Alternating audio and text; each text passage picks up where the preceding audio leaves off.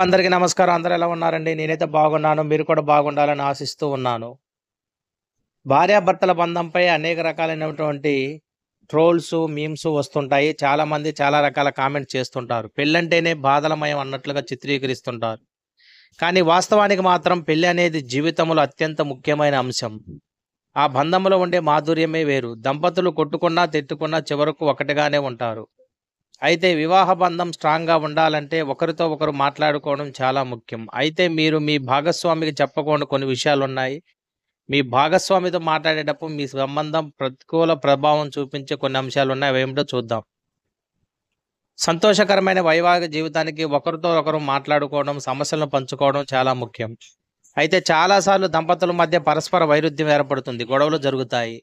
దీని కారణంగా వారి సంబంధంలో సమస్యలు, ఎడబాటు మొదలవుతుంది. అందుకే మీ బంధములు అనవసరమైన చీలికలు, తగాదాలు నివారించడానికి కొన్ని చిట్కాలను ఇవాళ మనం తెలుసుకుందాం.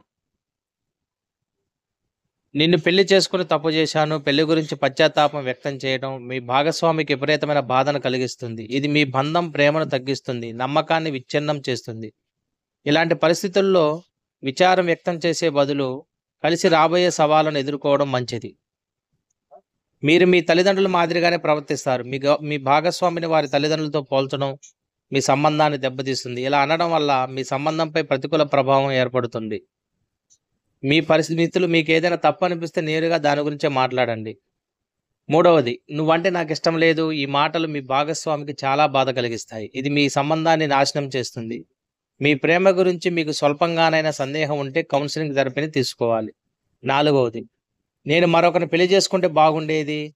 నేను నిన్ను చేసుకునే బదులు వేరొకరిని చేసుకున్నా బాగుండేదని" అస్సలు అనవద్దు. మీ భాగస్వామి మనసు బాధపడుతుంది. వ్యర్థమైన మాటలు మాట్లాడే బదులు ఉన్న బంధాన్ని నిలుపుకునేందుకు ఏం చేయాలో ఆలోచించడం బెటరు. ఐదవది, అన్ని సమస్యలకు నువ్వే కారణం. వైవాహిక జీవితంలో అన్ని సమస్యలకు మీ భాగస్వామిని నిందించడం మంచిది కాదు. ఇది సమస్యను పరిష్కరించదు. సంబంధాన్ని బలోపేతం చేయదు. ఏదైనా సమస్యను ఎదుర్కోవడానికి ఒకరినొకరు సపోర్ట్‌గా ఉండాలి. ఏ కారణం చేతనైనా భాగస్వామిని నిందించవద్దు. ఆరవది, మీ మీ మీ నాన్న చాలా చెడ్డవాడు.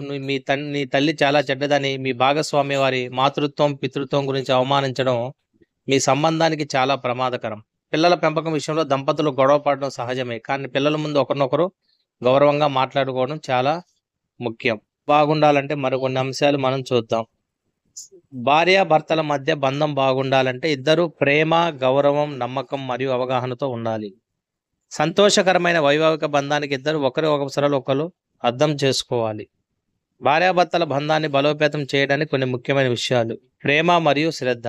భార్యాభర్తలు ఒకరినొకరు ప్రేమిస్తూ శ్రద్ధ చూపిస్తూ ఉండాలి. ఒకరినొకరు అర్థం చేసుకుంటూ ఒకరి అవసరాలను తీర్చాలి. సమయం కేటాయించడం. ఒకరికొకరు సమయం గడపడం చాలా ముఖ్యం. ఇది బంధాన్ని మరింత బలంగా చేస్తుంది. తర్వాత సహనం మరియు అవగాహన. చాలాసార్లు గొడవ వచ్చినప్పుడు ఇద్దట్లో నువ్వెంత నేనెంత అని అనుకోకుండా సహనంతో వ్యవహరించడం, ఒకరినొకరు అర్థం చేసుకోవడం అనేది చాలా ముఖ్యం. మాటల ద్వారా ప్రేమను వ్యక్తపరచడం. ఒకరినొకరు ప్రేమిస్తున్నామని మాటల ద్వారా వ్యక్తం చేయడం, ఒకరినొకరు అభినందించడం, ప్రశంసించడం బంధాన్ని బలోపేతం చేస్తుంది. సహకారంతో ఉండటం. ఇంట్లో పనులు. ఇంట్లో పనుల్లో కూడా భర్తగా కొంత మనం సహాయం చేయవచ్చు. ఆర్థిక సంబంధమైన విషయాల్లో కూడా ఒకరినొకరు ఒక అండర్‌స్టాండింగ్‌తో, సహకారంతో ముందుకెళ్ళాలి. పిల్లల పెంపకంలో కూడా పిల్లల పనుల్లో ఇద్దరు కూడా షేర్ చేసుకోవాలి. అట్లా ఒకరినొకరు సహకరించుకుంటే, అండర్‌స్టాండింగ్‌తో ఉంటే ఎటువంటి సమస్యలు ఉండవు. ఒకరినొకరు గౌరవించడం. భార్యాభర్తలు ఒకరినొకరు గౌరవించుకోవడం, ఒకరి అభిప్రాయాలను ఒకరు గౌరవించడం బంధానికి చాలా అవసరం. చాలా సార్లు భార్యని భర్తలు నిర్లక్ష్యంగా చూడడం, తక్కువగా చూడటం, నేనే ఇంటికి యజమాని అనేటువంటి ఒక రకమైన అహం ఇవి ఉండకూడదు. ఒకరినొకరు గౌరవించుకోవాలి. తర్వాత నమ్మకం. భార్యాభర్తల మధ్య నమ్మకం చాలా ముఖ్యం. ఒకరినొకరు నమ్మాలి. నమ్మకం లేని పరిస్థితుల్లో లేకుండా చూసుకోవాలి. తర్వాత సహాయం అందించడం. ఒకరు కష్టాల్లో ఉన్నప్పుడు మరొకరు సహాయం అందించడం బంధాన్ని బలోపేతం చేస్తుంది. తర్వాత చిన్న విషయాలు కూడా పట్టించుకోవడం. చిన్న చిన్న విషయాలు కూడా పట్టించుకొని ఒకరినొకరు ఆనందపరిచేందుకు ప్రయత్నించడం చాలా ముఖ్యం. తప్పులను సరిదిద్దుకోవడం. తప్పులు చేసినప్పుడు ఒకరినొకరు క్షమించుకోవాలి మరియు సరిదిద్దుకోవాలి. ఈ విధంగా ఉన్నప్పుడు భార్యాభర్తల మధ్య బంధం దృఢంగాను మరియు సంతోషంగాను ఉంటుంది. మధ్య బంధం బాగుండాలంటే మరికొన్ని విషయాలు మనం తెలుసుకుందాం. ముఖ్యంగా భార్యాభర్తల మధ్య ఉండవలసినటువంటి విషయాలు. ఈ 4 పనులు మాత్రం మీరు చేయకండి, గొడవలైపోతాయి. భార్యాభర్తల మధ్య సంబంధం చాలా ప్రత్యేకమైనది. ఇది ప్రపంచంలోని ఏ ఇతర సంబంధానికి లేని విధంగా ఇద్దరు అపరిచితులు సుఖదుఖాల్లో పరస్పరం సహకరించుకుంటూ జీవితాంతం కలిసి చేసే ప్రయాణం ఇది. ఈ సంబంధం ఎంత అందంగా ఉంటుందో అంతే సున్నితంగా కూడా ఉంటుంది. చిన్న నిర్లక్ష్యం వల్ల భార్య బంధంలో చిచ్చు పెట్టేస్తుంది కూడా. చాలాసార్లు తెలియకుండానే భార్యాభర్తలు ఇద్దరిలో ఎవరో ఒకరు పొరపాటు చేయవచ్చు. కాబట్టి భార్య ప్రవర్తన వల్ల గొడవ కారణమై బంధం తెగిపోయేంత వరకు వెళ్ళిపోతుంది. ఈ విషయం గురించి మాట్లాడుకుందాం. టీవీ లేదా మొబైల్ స్క్రీన్‌కి అతుక్కొని ఉండటం. ప్రస్తుత కాలంలో ఏ బంధంలో అయినా దూరం పెరగడానికి ప్రధాన కారణం స్క్రీన్‌కి అలవాటు పడటం. అది మొబైల్ అయినా, టీవీ స్క్రీన్ అయినా. మీరు రోజంతా టీవీ లేదా మొబైల్ చూడొచ్చు. కానీ భర్త ఆఫీస్ నుండి ఇంటికొచ్చినప్పుడు కూడా మీరు స్క్రీన్‌కి అతుక్కొని ఉంటే మీ ఇద్దరి మధ్య దూరం పెరగడానికి ప్రధాన కారణంగా మారుతుంది. భర్త అవసరాలను పట్టించుకోకపోవడం.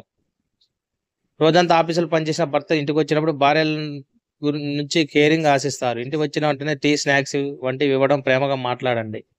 అలాంటి సమయంలో భార్యాభర్తలు అవసరాలను పట్టించుకోకుండా తమ పనిలో నిమగ్నమై ఉంటే వారి సంబంధంపై దాని ప్రతికూల ప్రభావం పడుతుంది. మీరు ఖాళీగా ఉన్నట్లయితే, తర్వాత కూడా చేయగల పని చేస్తున్నట్లయితే మీ భాగస్వామి కోసం కొంత సమయం కేటాయించడానికి ప్రయత్నం చేయండి. భర్త ఇంటికి వచ్చిన వెంటనే చాడీలు చెప్పడం మానుకోండి. చాలామంది మహిళలకు అలవాటు ఏమిటంటే భర్తలు రోజంతా ఆఫీసు నుంచి పనిచేసి అలసిపోయి ఇంటికి వచ్చిన వెంటనే కంప్లైంట్ చేయడం మొదలు పెడతారు. కొన్నిసార్లు పిల్లల గురించి, కొన్నిసార్లు అత్తమామల గురించి, కొన్నిసార్లు బంధువుల గురించి ప్రత్యేకమైన సందర్భాలు ఇలా చెప్పడం సరైందే. కానీ అలసిపోయిన వ్యక్తికి ఎవరైనా సరే ప్రతిరోజు ఇవన్నీ వినలేరు. స్పష్టంగా ఒకరోజు అతని ప్రవర్తనతో చిరాకు పడతారు. కాబట్టి భర్త ఆఫీస్ నుంచి ఇంటికి వచ్చిన వెంటనే ఏదైనా ఫిర్యాదు చేయడం మానుకోండి. కొంత విశ్రాంతి తీసుకున్న తర్వాత ప్రశాంతంగా మీ సమస్యను వారితో పంచుకోండి. మా యొక్క విశ్లేషణ మీకు నచ్చినట్లయితే